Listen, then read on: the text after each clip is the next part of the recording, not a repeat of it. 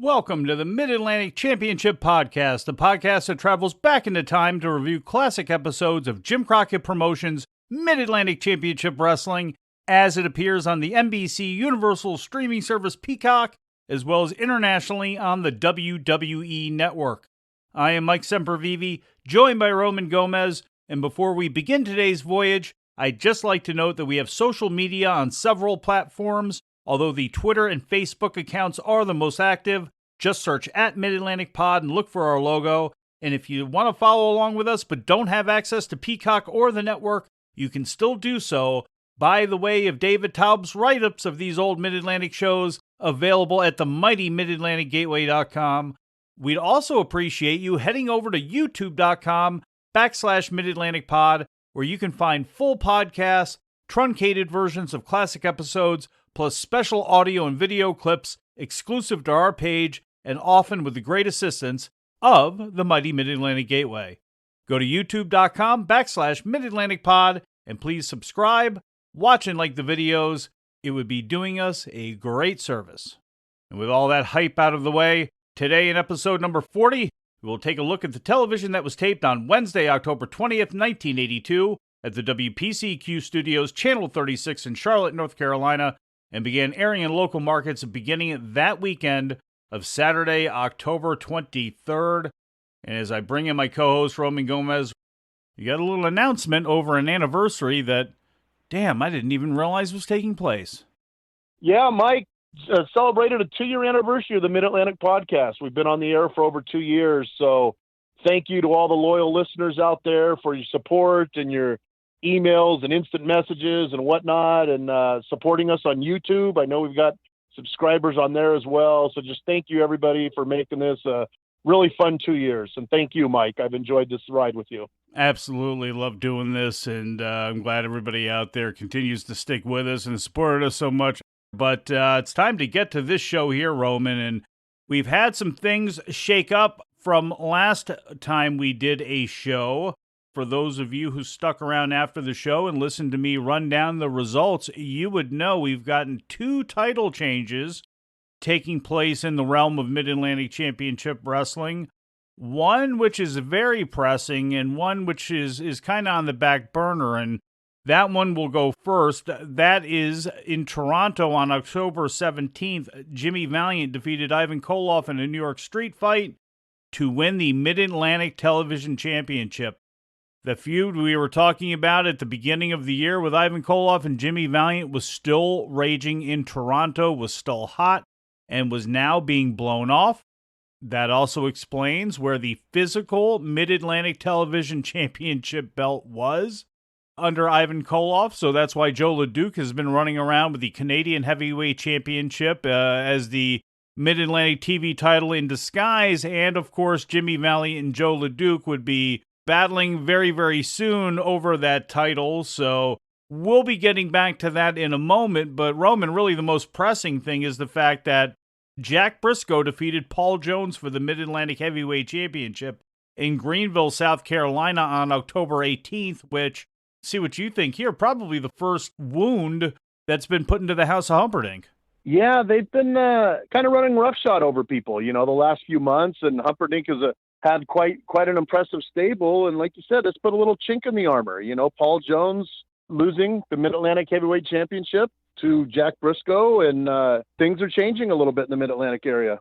Yeah, and as this show begins, if you're watching it on Peacock, we've got a very unique opening, and as often is the case, Roman watched a older version of this show, the WWE Classics On Demand version of this show, and he got something we didn't watching on Peacock or the network, and that is the beginning of the Ric Flair and Roddy Piper match, which took place on October 17th in Charlotte, North Carolina, that will feature interference from Greg Valentine and Wahoo McDaniel, and we're going to see more of that match later on in the show. But as the Peacock version opened, we have the usual intro that's overdubbed, and then we see Bob Caudle, and he tells us that we're going to see the conclusion of the match with Flair and Piper, and that we have outstanding matches,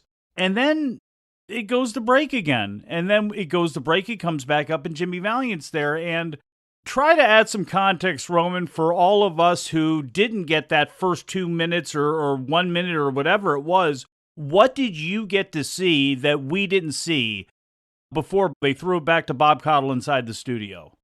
Yeah, it was just basically Piper and Flair going toe-to-toe in the ring, exchanging punches, and the crowd was all fired up and riled up, and you would hear Caudle say, hey, we've got this going on in the show, and you'll see the rest of this match later. It was not a long clip, but it was enough to kind of whet your appetite, where, of course, Flair and Piper, anybody would want to see that at any time, but when you actually see them in the ring going toe-to-toe, you're like, yeah, and oh, shoot, we got to wait a while. So it was just enough to kind of whet your appetite, and then they went to break and came back to the Jimmy Valiant match.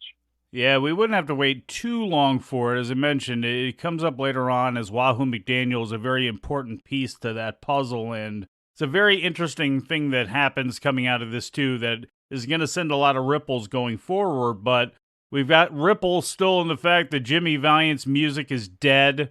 He comes out, there is no music. He goes bouncing by Bob Caudle and gets in the ring for his match against Ken Timms. Tommy Young is the referee of record for the day, and Jimmy Valiant, Ken Timms doesn't go on for too long, gives Bob just about enough time to run down the card before Valiant won with an elbow drop in about 72 seconds, and that led to him getting attacked by Jos LeDuc and Humperdinck here, and I cut the end of the match, Roman, for everybody to hear, but what this comes right down to is Sir Oliver Humperdinck's coat.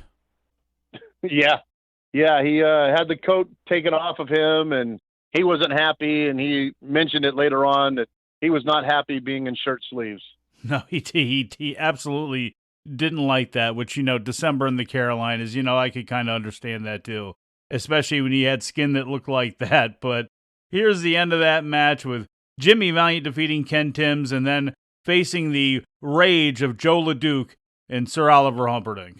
Greg Valentine will be here in a single match, Jerry Brisco, and then the Mid-Atlantic champ, Jack Brisco, against the former champion, Paul Jones. Jack Brisco defeated Paul for that championship. Elbow, and down goes Timms.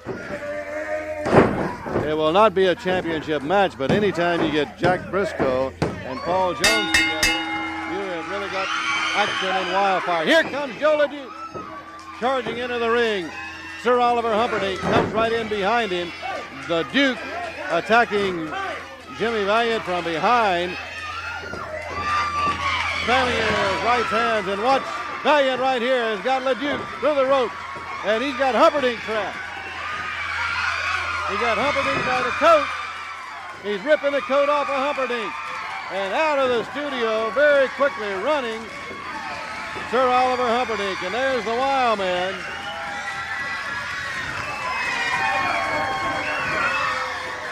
Well, Valiant not only took care of Ken Timms, but also Jos LeDuc and Sir Oliver Humperdinck, all at the same time.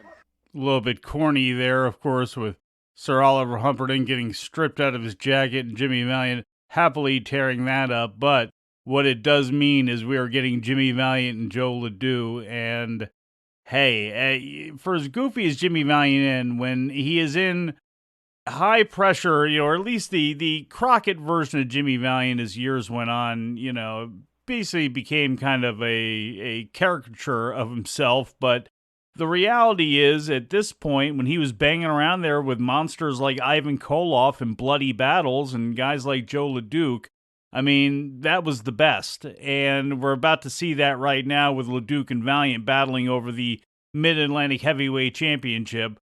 For those in Toronto who believe that Valiant have it, and for those in the Carolinas that believe that LeDuc has it, and at that time, nobody on either side knew otherwise. So as we move on to the next thing, it's really an interesting time, Roman, because Ric Flair is coming back into the area, obviously, as he's going to be mixing it up with Roddy Piper. You have Greg Valentine in now, and we talked about it a couple weeks ago.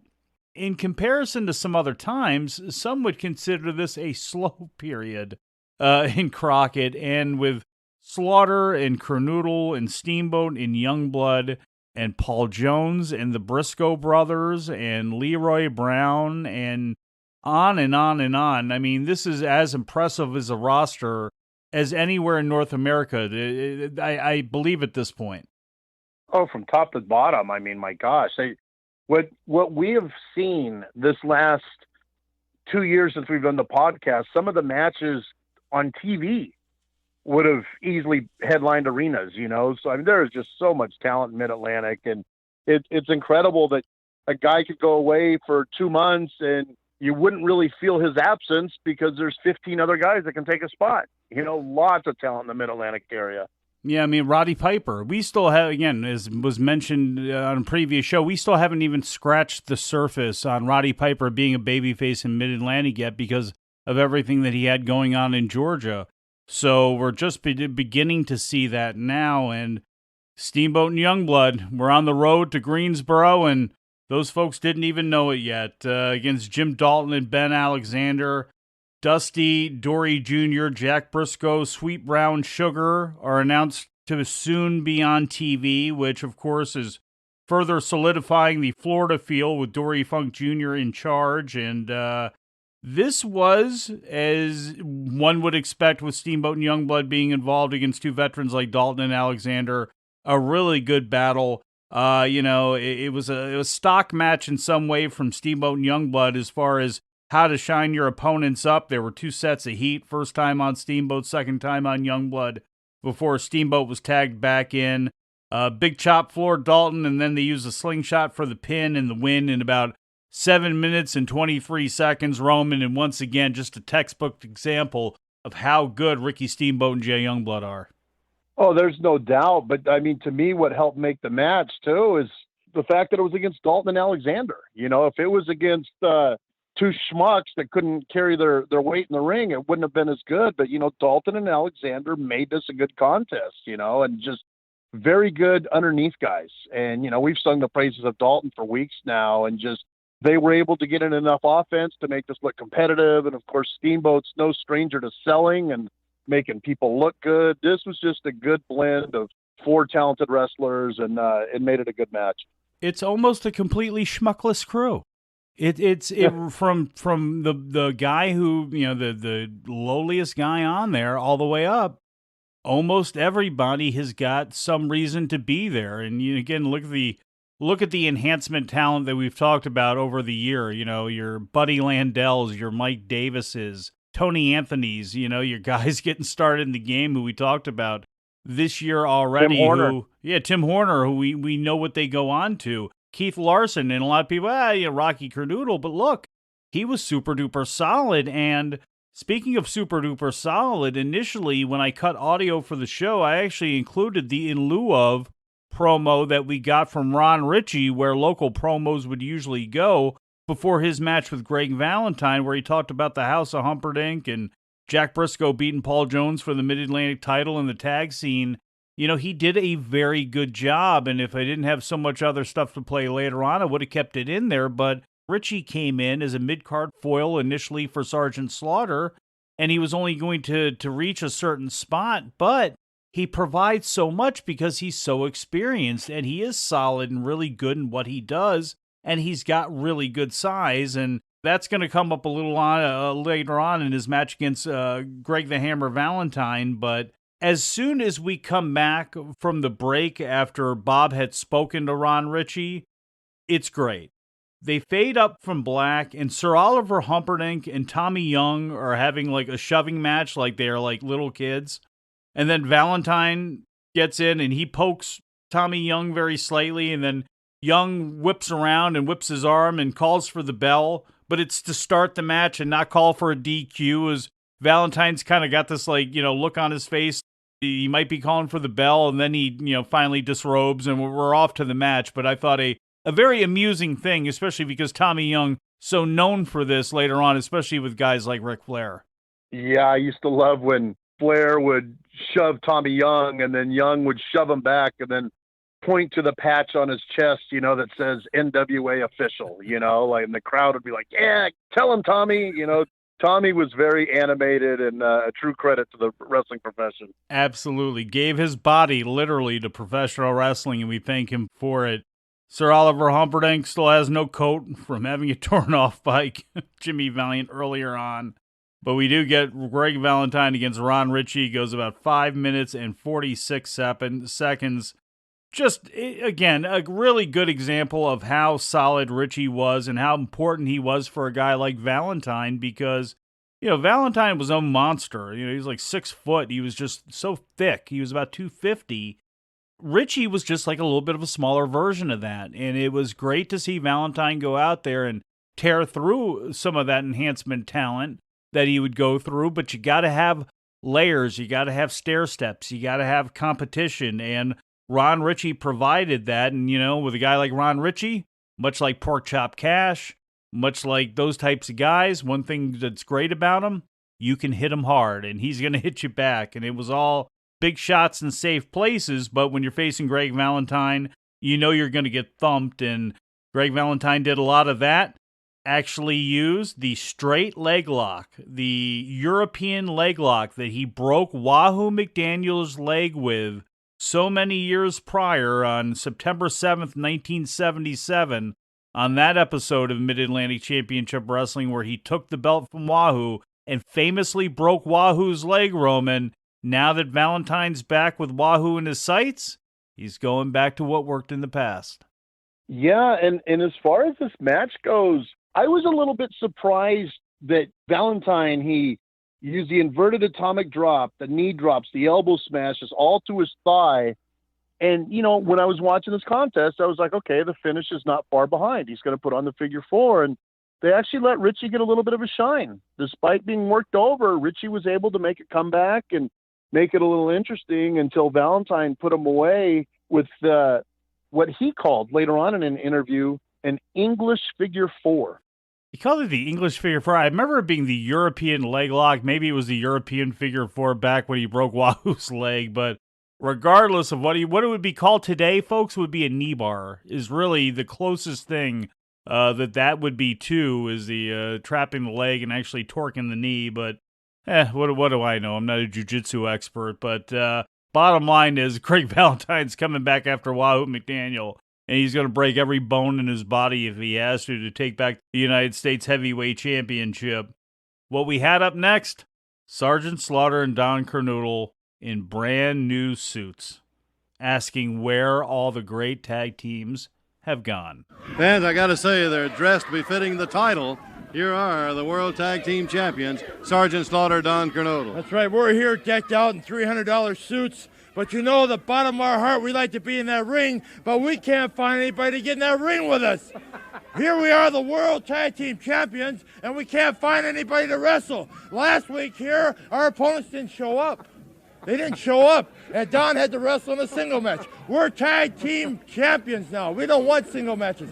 And we want to throw out a challenge to any team right now. We run over every team we've wrestled, and it's a great feeling, Bob Cottle, when you're in that ring and you see the greatest wrestlers across the ring, and at the end of the match, after 50 or 60 minutes of grueling wrestling, our hand gets raised.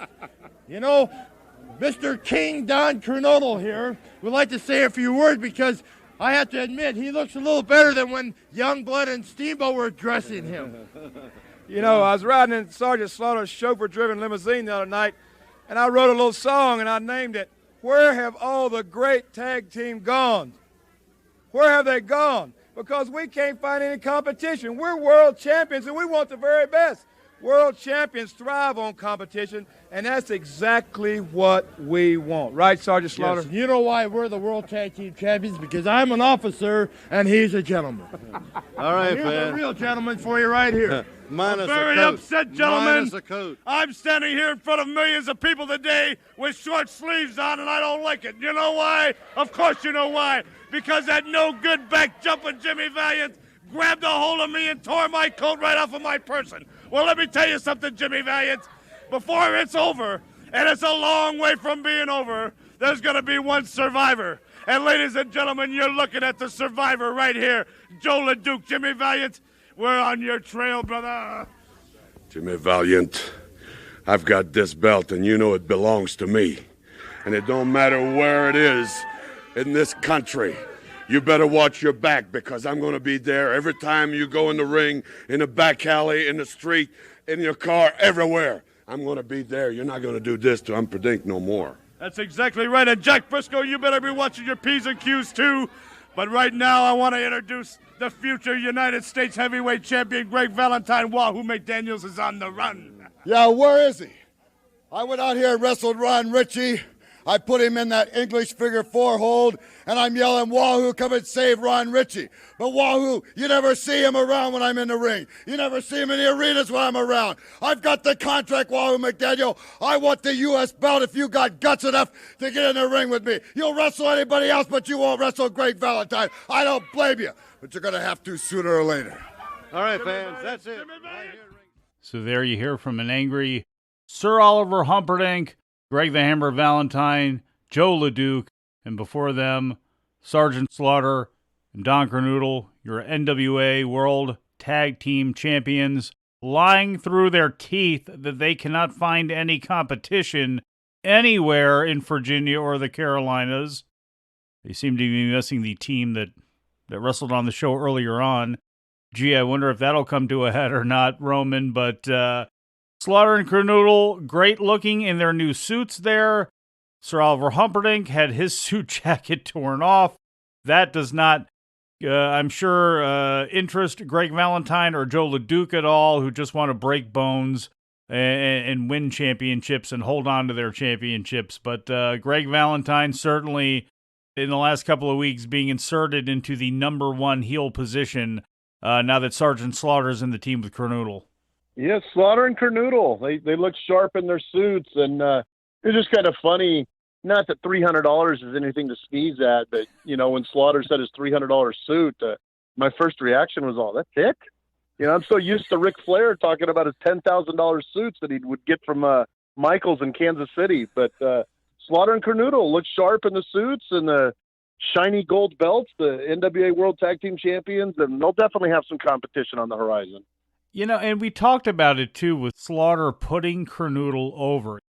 As soon as they came back over, he was setting Kernoodle up to win with that cannon over and over again and keeps putting him over and keeps giving some separation between him and his former partner, Private Nelson, here that, this guy is on my level. That's why I sent that telegram. That's why I called him over to Tokyo for him to help me face Baba and Inoki and win these championships and come back and defend them. So after that set of interviews, they go to break. After the break, we return with the match that we were talking about earlier on in the show that would have opened the show if you saw the original version of the show or had the version that Roman had, but you didn't get a chance to see it if you have Peacock or the network. Yeah, just one of those weird edits for God knows what reason. But Roddy Piper against NWA World Champion Ric Flair from October 17th at the Charlotte Coliseum. Flair was back in the area, and as U.S. champion, Wahoo had matches scheduled with Flair as he was being chased around by Greg Valentine. And this is really interesting, and before I play the clip, I had to mention this. This is really interesting because indirectly, well, maybe I guess it is directly, it's pretty much right here that Valentine and Piper begin this feud. Yeah, I was thinking the same thing when I watched this. Like, this is the genesis of something major that's going to happen down the road. Settle in here and enjoy Wahoo McDaniel joining Bob Cottle to talk about this match going down on October 17th at the Charlotte Coliseum between Ric Flair and Roddy Piper. That will also include Greg Valentine and Wahoo McDaniel. Fans, with me at ringside right now, the U.S. champ Wahoo McDaniel. Wahoo, at the beginning of our program, the fans this week saw a little bit of a film match between the world champ, Ric Flair, and Roddy Piper. Yes, that's right. And Valentine went down and stuck his nose in Piper's business, and I got involved. And, I'd like for the people just to see what happened, and let me try to explain or let them see for themselves. All right, and fans, we promised you'd see the conclusion and more of this match. And here it is, action in the ring right now, and that's Roddy Piper really taking it to the champ, Wahoo. That's right. Roddy Piper is an excellent athlete, and he's giving Flair all he can take. And at the time, I was in the dressing room, and I think he had Valentine sitting down ringside watching, and he was giving Flair all he could handle. And I think you see right here, he pulls Piper out of but Piper outsmarts him right there. Slams him to the post, that's right. He goes down, and I think Flair had just a little more in his hands than he thought he did, and Piper's got a pretty good upper hand of the match here. And if there's anybody in the United States right now, he's one of the top guys that are capable of taking the world's belt away from Flair. Flair knows this. And, it looks like the champ's almost out right here, and he slams him into the post again. That's right. And, you know, Piper, he's getting back in the ring. And as you can see right here, he's got everything pretty well in hand. He's got Flair hurt. Flair knows he's fighting for his life. He knows the NWA belt is at stake.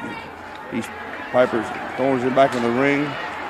Can't pin a man out on the floor. He knows that. He's getting him back in the ring. He must have felt right here, Wahoo, that he had the champion in a position where he could pin him, because he threw, like you say, threw him right back in the ring. Well, Look at him now with that right hand. Well, you know, during the match before, Flair did the same thing to him. He's giving a little dose of his own medicine. And when sometimes when that dose of medicine comes home, it's not as fun as when you're taking it as when you're giving it. Well, Flair's missing. Look at him just wildly swinging that Piper. They're missing those wild swings. That's right. That Piper's right on top of the situation. He's giving Flair all he can stand. Over the ropes. Well, actually, he hit him, and he didn't push him over. The man, he hit him, and he went over. It was an uppercut right in the chin, and over he went. As you see, I'm standing right there, and that's the Flair shoves you, right? Shoves me. I don't want to get involved because I don't want to get Piper. Right there, Valentine slipped up behind him, hit Piper, and here I'm fighting him. Flair comes in. He wants a little of it. Well, he can get it. I guarantee you one thing. I'd like to be the world. Both right here now. Well, I'd like to be the world's champion. But being U.S. champion and having a guy like Valentine around all the time, trying to break your leg and. Wait a minute, he's got a chair now. If you want it, right there, you can see he got a pretty good lick on me, and and I was in there trying to help Piper. They're trying to hurt Piper, and evidently Flair knew that his hands were going to be full, or he'd have never had Valentine there, because Valentine slipped up behind him right there. You see. They're trying to put me out of commission because I have a match signed that day too to wrestle Valentine for the U.S. Heavyweight Championship, and he knows this, and he's trying to take it out of me because he wants to win the belt. Well, that's a wild finish to that match, was. Well, I want to tell you something. Flair, Valentine, we got a lot of matches coming up. There's a lot of matches signed, and I can't think of a better man than I'd rather have as my partner than Roddy Piper, and I've got a lot of matches signed. And he's going to be my partner. And Valentine, I got matches with you signed. Flair, I've got matches with you. I've got some tag matches signed. So anytime we come to an area, I'll either have Piper with me or I'll be there. And I guarantee you, it's revenge time. All right, fans. Chief Wahoo McDaniel, U.S. Heavyweight Champ. So there we hear everything that went down October 17th in Charlotte. Ric Flair, Roddy Piper, and Roman, when it gets right down to it, the last time Ric Flair was in the Carolinas touring, he was a babyface, and Roddy Piper was a huge heel. And it was only a couple of weeks ago on TV, we further cemented Roddy Piper as a babyface by having him team up with Wahoo McDaniel, the man that he savaged along with Abdullah the Butcher only about a year or so before that, which caused him to lose at that time a United States Heavyweight Championship. So things are obviously turning onto their ear. The ear would, of course, be a focal point of Greg Valentine in his attacks on Roddy Piper. But, as you hear all that going down at the Charlotte Coliseum, I sit here as a guy that was would have been way too young and to make it to those shows, but I am incredibly jealous of some of the action that some of those folks got between that type of competition, because that just sounded awesome. Yeah, the audio does not do it justice. If anybody's out there that does have a capability of seeing the match itself or the clip they show, I mean, the crowd was really, really into it, and there is no doubt they were behind Hot Rod. When Flair flipped over the top rope, they were going crazy. And then when Valentine ran in, you could see the reaction of the crowd. I mean, there was a lot going on. And if you can watch it, you can definitely see, like in that brief clip, I mean, there was a lot going on with Valentine attacking Piper, Wahoo getting in the ring, Wahoo getting hit in the head with a chair. I mean, it was total chaos. And if you can track down that clip, or if you have access to the Peacock Network, it's definitely worth checking out. Boy, things are about to get really awesome in Mid-Atlantic Championship Wrestling. Up next, Jerry Brisco and another great guy underneath that we talk about week in and week out, Bill White. This match goes about 5 minutes. Jerry Brisco won with the figure 4 leg lock, just further establishing the Brisco brothers in Mid-Atlantic Championship Wrestling. Obviously, Jack takes more of a focal role in the fact that he's feuding with Paul Jones over the Mid-Atlantic Heavyweight Championship. But again, another nice layer to the proceedings here with Jerry Brisco being involved. And any thoughts on this match, Roman? Yeah, I was thinking, with this enhancement talent, like they just make the TV matches so much better. We saw it earlier in the Steamboat Youngblood tag match. And here again with Jerry Brisco going up against Bill White. And, Brisco was able to tie White up with some amateur holds and everything. But White just made this a good match to watch. And something that was done in this match that you don't see a lot is that White was temporarily able to hold off the figure 4 from being put on him. Oftentimes you see guys reverse it, but he was able to stop it and try to fight the figure 4 being clamped on him. But finally, Jerry Brisco was able to cinch it in and get the victory. But another good contest because of the enhancement talent here in Mid-Atlantic. Yeah, it's an amazing thing. When you look back at the beginning of the year, the talent roster that was there in Mid-Atlantic, and now you look at it where you see, we talked about the Sweet Brown Sugars, coming in and guys like that, but like Bill White, trained Tampa guy, Mike Rotundo, Wahoo McDaniel. You look at all the guys with connections to Florida who are now up and down this show and how they kind of assimilated in slowly. And, Jos LeDuc, obviously all the successes that he had down in Florida. So the whole House of Humperdinck, Paul Jones even, obviously he's, just as much for Mid-Atlantic fans as Florida fans, but a nice group of talent that's in here right now. Mike Rotundo, one of those pieces of talent. Unfortunately, not very good on the microphone. That was our next in lieu of promos. In the place of where local ads would be, he's in a WBCY 108 FM, The Music's Just Right t-shirt.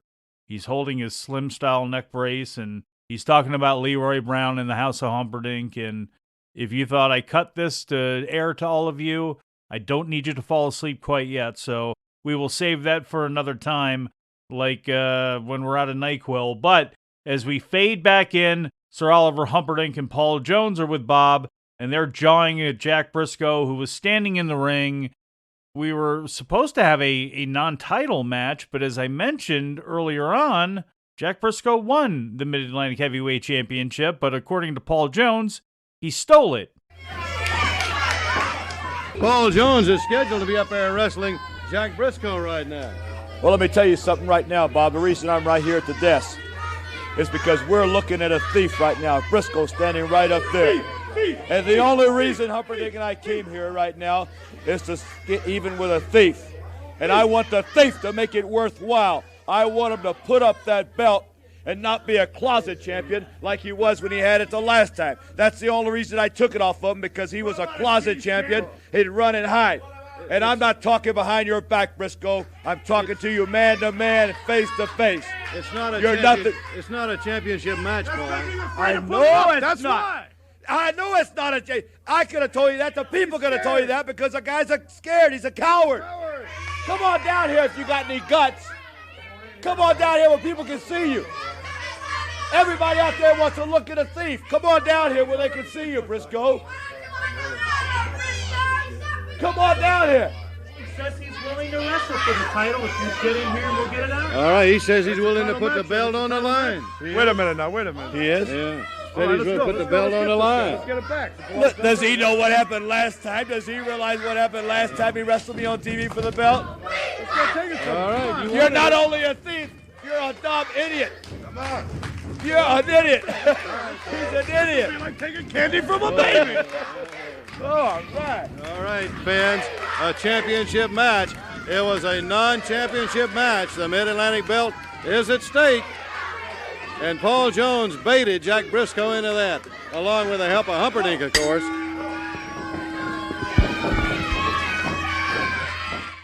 I love indignant Paul Jones.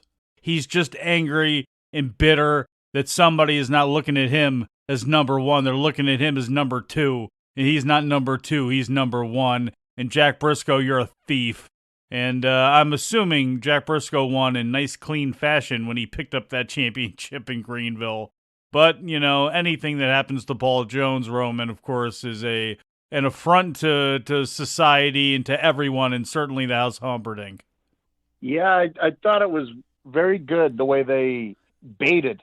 I think Uncle Bob said it best. They baited Brisco into defending the title. So here we get another good match on TV, this one for a championship. And just, my gosh, it's so much fun to watch these episodes. The unexpected things you see, where oftentimes, in today's wrestling, so much of it's predictable, but I wasn't expecting to see a championship match, and we got one.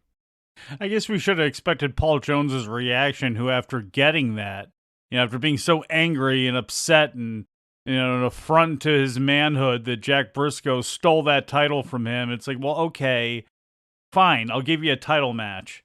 And then he's almost like he's angry at him for being so stupid to give him a title match where he's going to win his title back. Don't you remember what happened last time on TV? I love this version of Paul Jones when he is on. It's really good. And this is his last stand. I mean, when it gets right down to it, as a singles competitor, it does go on for a little bit longer, but this is truly his last stand, having this turn to the dark side for the last time too, because he never turns back babyface again after this moment. Of course, he picks up where the House of Humperdinck takes off with Paul Jones's army, but let's not jump ahead to that yet. He's still battling Jack Brisco for the Mid-Atlantic Heavyweight Championship. This match goes about 9.5 minutes. This was good. Jack Brisco working on Jones's leg. Jones was the one who was kind of on the run for most of the match. We had a tease of the TV time expiring. It was, Roman, this was just, again, two old pros, super duper familiar with each other, having a 10-minute TV match, and it kicked tail. Yeah, and there were parts of the match where Brisco had the advantage by a headlock, and the crowd was still cheering. Nobody was yelling boring. They were into it. And then, the old psychology, going to work on the leg so he can apply the figure four, and it was just a very, very good TV match. Absolutely. They call it work in a headlock for a reason. Jack Brisco could absolutely do that. And here's about the last 2 minutes or so of the match and the program. Knee drop. Again, down across the throat and the chest. 2. And again, Jones manages somewhere to reach way down and come up with enough to kick out at the count of 2. Watch on that knee. Brisco with that foot into the back of the knee, drives that knee right into the mat. He's going to lift it up and drive it down again. Look at him put the pressure down on the leg. Paul Jones in tremendous pain. Nowhere to go and no help right now, and he is feeling it from Brisco.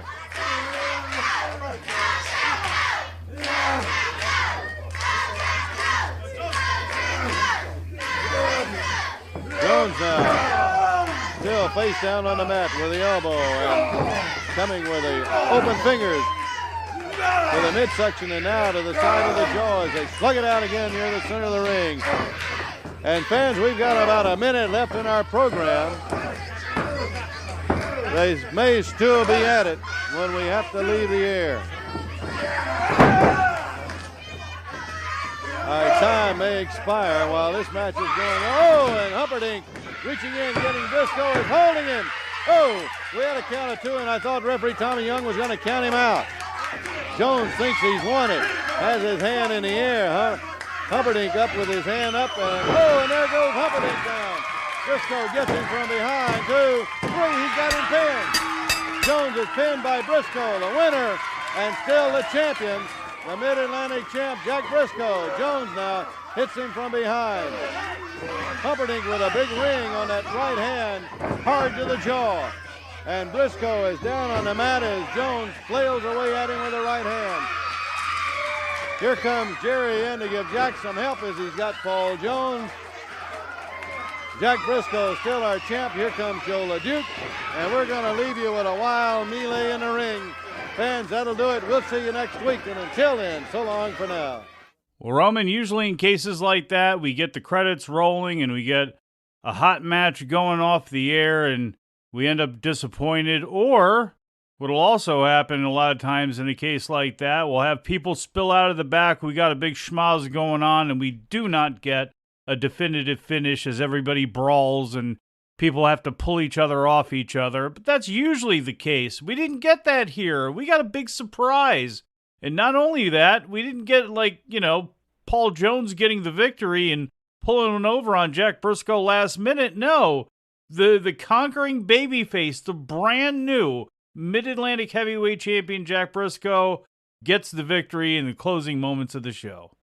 Yeah, we had a little bit of a swerve there. The way they were making you think that, it looks like Jones is going to regain the title. But no, it was Brisco that emerged victorious. And it was a very good match, but the end with everybody running in just got real sloppy. I was watching the punches that Jones was throwing after the match. And I mean, he looked like he had wrestled for 20 hours instead of 10 minutes. There was nothing behind those punches. And it just got real sloppy the way everybody ran in, and not a whole bunch got done. But the match itself was very good. Very good. And on free TV, heck yeah, I'll watch that any day of the week.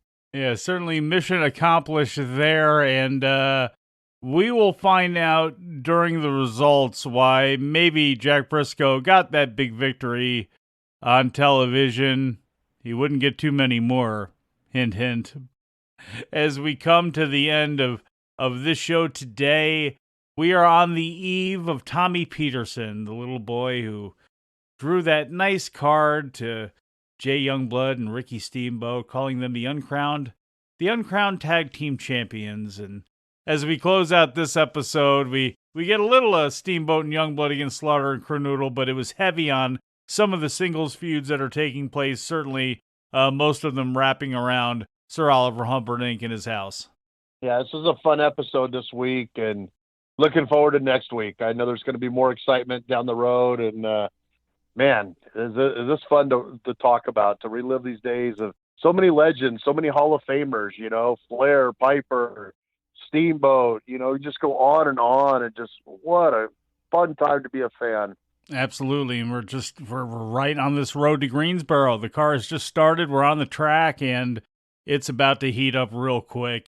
Of course, Mid-Atlantic Championship Wrestling was taped right before Worldwide Wrestling, and the results from Worldwide for this week go as follows. Mike Rotundo and Jerry Brisco defeated Ben Alexander and Ken Timms. Greg Valentine defeated Mike Davis. Paul Jones defeated Keith Larson. Ricky Steamboat and Jay Youngblood defeated Jim Dalton and Bill White as well. Now, let's take a look around the circuit. Let's take time for this commercial message about the Mid-Atlantic wrestling events coming up in your area. On Thursday, October 21st in Sumter, South Carolina at the Exhibition Center, Wahoo McDaniel, Jimmy Valiant, and Jack Brisco defeated Greg Valentine, Leroy Brown, and Jos LeDuc, and Jay Youngblood defeated Sergeant Slaughter. The next night on Friday, October 22nd in Charleston at County Hall, Wahoo McDaniel defeated Leroy Brown, and Jimmy Valiant defeated Jos LeDuc by DQ. Also on Friday in Spotsylvania, Virginia, Ricky Steamboat, Jay Youngblood, and Jack Brisco defeated Sergeant Slaughter, Private Cronoodle, and Paul Jones. On Saturday, October 23rd at the Greensboro Coliseum, Jimmy Valiant battled Jos LeDuc to a double disqualification, Wahoo McDaniel defeated Greg Valentine, and Sergeant Slaughter and Private Cronoodle defeated Ricky Steamboat and Jay Youngblood. Also on Saturday in Shelby at the Recreational Center, Leroy Brown defeated Mike Rotundo, and Jack Brisco defeated Paul Jones. On Sunday, October 24th in Bristol, Tennessee at Viking Hall during an afternoon show, Sergeant Slaughter and Private Cronoodle faced off against Jay Youngblood and Johnny Weaver, and Jimmy Valiant, Jack Brisco, and Mike Rotundo faced Jos LeDuc, Leroy Brown, and Paul Jones.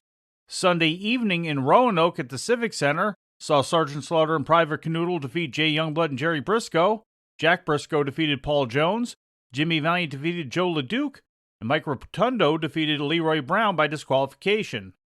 On Monday, October 25th in Greenville, North Carolina, Wahoo McDaniel defeated Greg Valentine, and Jay Youngblood and Ricky Steamboat defeated Sergeant Slaughter and Private Canoodle by countout.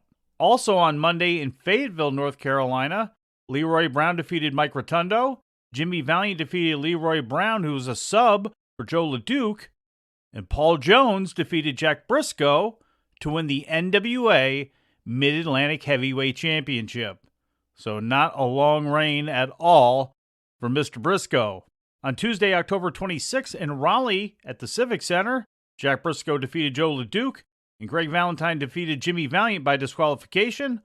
Also on Tuesday in Columbia, South Carolina, Mike Rotundo defeated Leroy Brown, and Sergeant Slaughter and Private Canoodle defeated Ricky Steamboat and Jay Youngblood by disqualification. And that takes us back around to October 27th, Charlotte, North Carolina, WPCQ Studios. And here's the WWE Network Preview for next week, October 30th, 1982.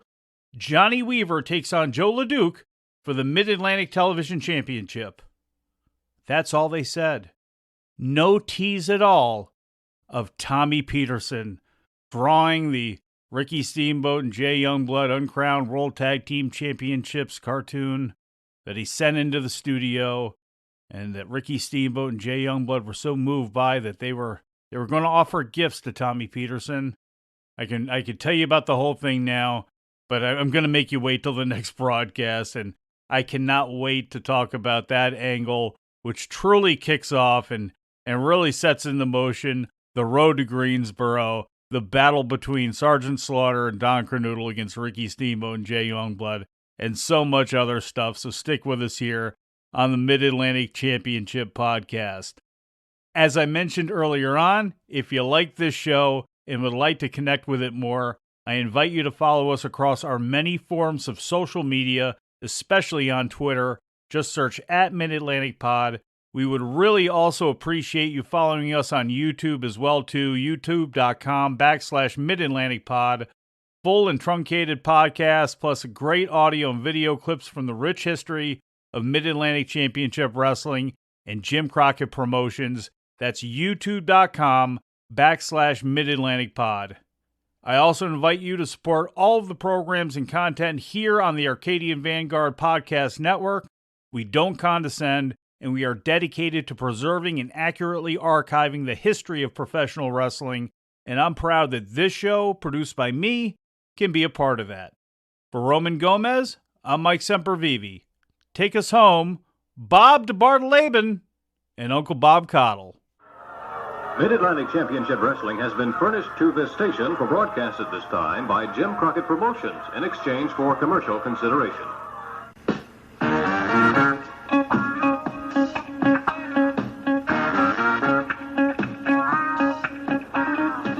Fans, next week on Mid-Atlantic Championship Wrestling, Bobo Brazil and the Mighty Igor against Charlie Fulton and Tony Russo. Mr. Wrestling will take on Larry Sharp. Paul Jones and Wahoo McDaniel against Kim Duck and Ricky Ferrara. Superstar and the Russian Stauber against Francisco Flores and Steve Kovac.